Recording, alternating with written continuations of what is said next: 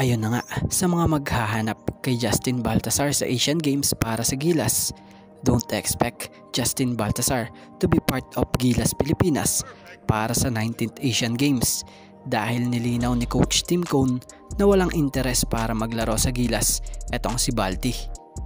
Ginawa na nga daw nila subukang kunin etong si Balti pero walang magagawa, di raw ito available eh. Kahit nung World Cup, inamin ni Coach Tim na sinubukan din nila kunin pero di nga raw ito available. Walang magagawa kung ganito. Ayon nga sa ilang Pinoy fans, kung ayaw wag pilitin. Oo nga naman, may point, kung ayaw edi wag. Kaya yung mga maghahanap dyan kay Balti sa Gilas, wag nyo na hanapin. Ayon nga mismo kay Coach Tim, he was shown as zero interest. Kaya naman, isa lang ang maiiwan nating katanungan. May pumipigil ba sa former Gilas forward na ito? At patungkol sa Gilas update pa rin, nakatutok pa rin ang kampo nila Coach Tim and SBP sa pagpapalakas ng lineup sa Asian Games. Isa nga sa nasa wishlist nitong si Coach Tim Cone ay itong tinawag niyang game changer player na si Mikey Williams. Isa ang TNT guard gunner na nasa wishlist ni Coach Tim para isahog sa Gilas for Asian Games.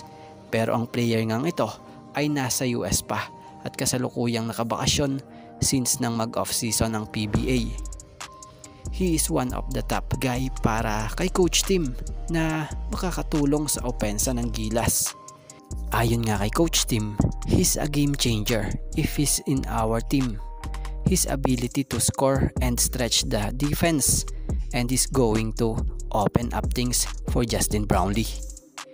Para nga kay Coach Tim pa, isa ito sa gusto niya maisahog sa Gilas Team Pilipinas for Asian Games, pero he's still questionable.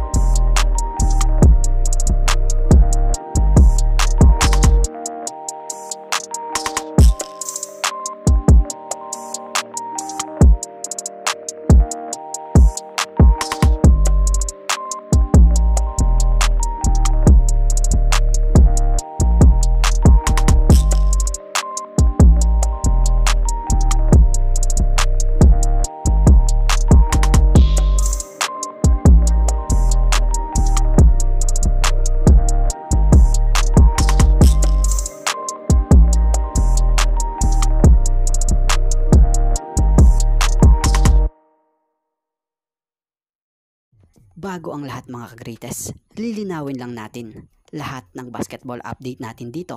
Lahat totoo at hindi puro rumors. Kaya naman, pakisuportahan nyo naman po ang ating YouTube channel na ito na Greatest Fireball TV.